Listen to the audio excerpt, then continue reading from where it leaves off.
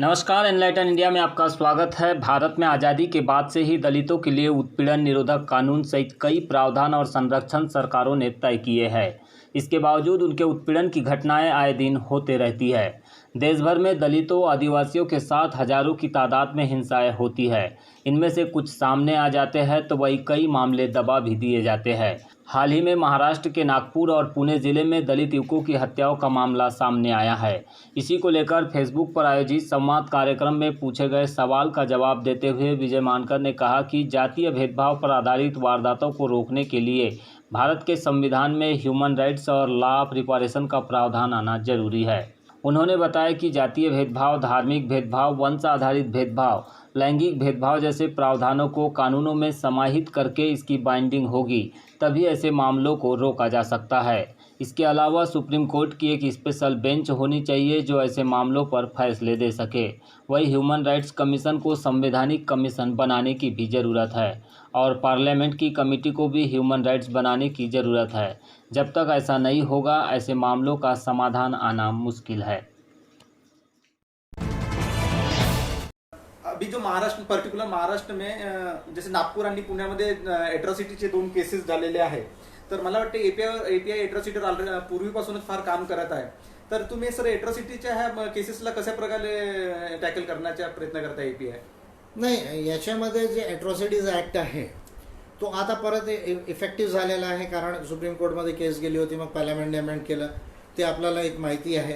पण 2 गोष्टी आहेत ह्या विषयामध्ये जे मी बोलणं म्हणजे गरजेचं समजतो की भारतामध्ये कॉन्स्टिट्यूशनमध्ये ह्युमन राईट्स जे आहे ते येणं गरजेचं आहे आणि लॉ ऑफ रिपॅरेशन कॉन्स्टिट्यूशनमध्ये आणि ॲट्रॉसिटीज ॲक्टमध्ये आणण्याची गरज आहे. लॉ ऑफ रिपॅरेशन म्हणजे जो ॲट्रॉसिटी करेल त्याची नुकसान भरपाई जी आहे, एक तर डेथ होईल तर त्याला किंवा काही मेजर झाला तर त्याला म्हणजे शिक्षा होणार, ते तर एक आहेच. पण जे इकॉनॉमिक कॉम्पन्सेशन आहे ते त्याच्या प्रॉपर्टीमधनं रिकवर करून म्हणजे देण्यात येईल आणि डिफरन्स अमाऊंट जे काही असेल ते मग गव्हर्नमेंटच्या बजेटमधनं देण्यात येईल. पण तो सुद्धा SC/STच्या जो सब प्लॅन असतो त्याच्यामधनं देण्यात येणार नाही, जस्टिसच्या बजेटमधनं देण्यात येणार. तर एक ज्याने ॲट्रॉसिटी केली त्याच्यामधनं कॉम्पन्सेशन आणि गव्हर्नमेंट जे आहे ज्या जस्टिसच्या बजेटमधनं कॉम्पन्सेशन, हे त्याचा रेमेडी आहे. आणि ह्युमन राईट्सला कॉन्स्टिट्यूशनमध्ये आणून प्रत्येक जी पॉलिसी आणि लॉ जे भारतामध्ये बनतं त्याच्यामध्ये कास्ट डिस्क्रिमिनेशन किंवा बाकीचे डिस्क्रिमिनेशन्स आहेत, जेंडर डिस्क्रिमिनेशन असेल किंवा मग एथनिक डिस्क्रिमिनेशन असेल किंवा रिलिजियस डिस्क्रिमिनेशन असेल, त्याला संपवण्यासाठी त्या लॉज आणि त्या पॉलिसीजमध्ये ते प्रोव्हिजन्स आहेत काय, हे बाइंडिंग असायला पाहिजे. आणि ते बाइंडिंग तेव्हाच येणार जेव्हा कॉन्स्टिट्यूशनमध्ये आपण ह्युमन राईट्स आणू, जेव्हा आपला जो सुप्रीम कोर्ट आहे त्याच्यात एक स्पेशल बेंचच असणार जो ह्युमन राईट्सला जे आहे ते त्याच्यावर डिसिजन देणार. आपल्या ह्युमन राईट्स कमिशनला कॉन्स्टिट्यूशनल कमिशन बनवण्याची गरज आहे आणि याच्याबरोबर एक parliamentary committee on human rights बनवण्याची गरज आहे. ह्या सर्व गोष्टी जोपर्यंत होणार नाही, मला असं वाटतं की ॲट्रॉसिटीज लॉ आता स्ट्रॉंग झालेला आहे, पण जे सिस्टमॅटिक आणि सिस्टमिक डिस्क्रिमिनेशन आणि हिस्टॉरिकल डिस्क्रिमिनेशन आहे, atrocity caste discrimination is a historical discrimination आणि तो सिस्टमॅटिक आणि सिस्टमिक आहे. कारण याच्यामध्ये गव्हर्नमेंट ऑफ द डे आहे, मग पोलीस अथॉरिटीज आहेत, मग ॲडमिनिस्ट्रेशन आहे, कलेक्टर आणि या सर्व गोष्टी, हा लोकांचाही जो आहे तो रोल येतो. आणि म्हणून जोपर्यंत सर्वांगीण गोष्टी जोपर्यंत होणार नाही आणि सोसायटीमध्ये सायन्स आणि टेक्नॉलॉजी जोपर्यंत आपण समजणार नाही, याला धर्मामध्ये धर्माचं उत्तर नाही की भाई हा धर्म चांगला तो धर्म वाईट, याच्यामध्ये नाही. माणसाला जोपर्यंत सायन्स समजणार नाही, त्याला नेचर समजणार नाही की आपला एक्झिस्टन्स कॉस्मॉसमध्ये काय, आपला एक्झिस्टन्स ह्या धरतीवर काय आहे, आपण नेचरचे पार्ट आहोत, we are the created by nature. आणि सायन्सचे लॉज असतात त्याच्याने कॉस्मॉस चालतो आणि आपण सर्व मनुष्य आहोत आणि म्हणून मनुष्य म्हणून आपल्याला कोएक्झिस्ट व्हायला पाहिजे, जगायला पाहिजे. हे जोपर्यंत थिंकिंग एज्युकेशनने आणि बाकी तुमच्या सायन्स आणि टेक्नॉलॉजीच्या डेव्हलपमेंटने जोपर्यंत होणार नाही, तोपर्यंत ह्या घटना जी आहे ते होत राहणार. पण एक सोपी गोष्ट सांगतो, कारण आता ह्या हाय लेवलच्या गोष्टी झालेल्या आहेत. मी ऑलरेडी ह्युमन राईट्सचे 2 बिल पार्लमेंटला दिलेले आहेत आणि प्रायव्हेट मेंबर बिल्स म्हणून त्यांना आणण्याचा प्रयत्न आहे. तिरुनावालमजी मेंबर पार्लमेंट आहे त्यांच्या माध्यमातून हा प्रयत्न आपला चालू आहे.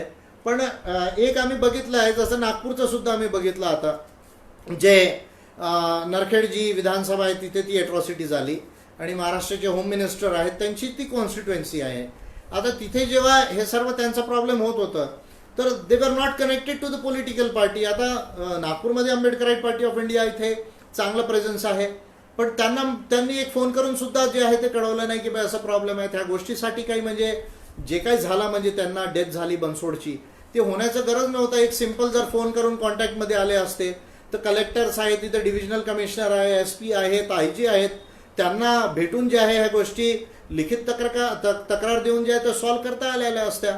तर आमचा असा अनुभव झालेला आहे की जेव्हा ॲट्रॉसिटीज होण्याच्या पूर्वी जे कॉम्प्लिकेशन्स असतात गावामध्ये विभिन्न कम्युनिटीजमध्ये जातींमध्ये आणि जे डॉमिनंट कास्ट जे ॲट्रॉसिटी करण्यासाठी दाबण्यासाठी प्रयत्न करतात आणि पर्टिक्युलरली शेड्यूल्ड कास्टचे लोक किंवा शेड्यूल्ड ट्राईबचे लोक त्यावेळेस ज्या पॉलिटिकल पार्टीज किंवा जे सिव्हिल सोसायटी ऑर्गनायझेशन्स आहेत चांगल्या ज्यांना ह्याचं नॉलेज आहे त्यांच्या कॉन्टॅक्टमध्ये नसल्यामुळे आणि पूर्वसूचना न दिल्यामुळे ह्या गोष्टी म्हणजे घडतात आणि मग आपल्याला माहिती होतं आणि मग आपण ह्या गोष्टीकडे मग लिगल बाबींकडे लक्ष देतो.